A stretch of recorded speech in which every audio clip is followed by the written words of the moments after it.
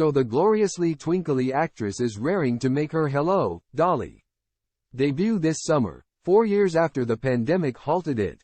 Ahead of rehearsals, Imelda Staunton talks nerves, switching up song numbers and getting her teeth into something joyful after playing the late Queen in The Crown. It was set to be the West End's hottest ticket in town, until the arrival of the COVID pandemic quite literally brought the curtain down.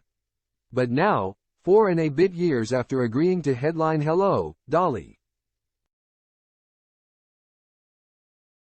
Imelda Staunton is ready, break a leg, for her starring performance. And despite the dynamic musical about a matchmaking widow having to reroute from the Adelphi Theatre to the London Palladium this summer, Imelda remains on effervescent form about it.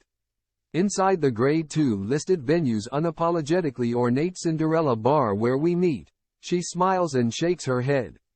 "I still can't quite believe that I'll be starring in such an iconic show in such an iconic building," she says.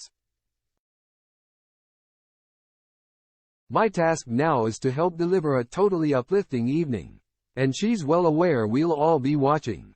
Not staged in London since 1984, Hello, Dolly will officially run from July 6 to September 14.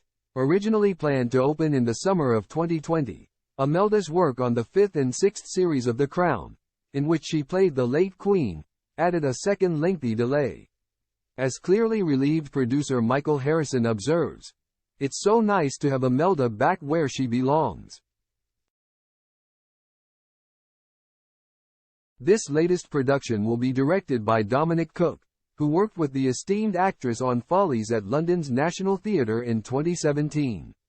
The very last thing he did before lockdown struck was to gather with set and costume designer Ray Smith to show Imelda the Dolly set at the much smaller Adelphi Theatre.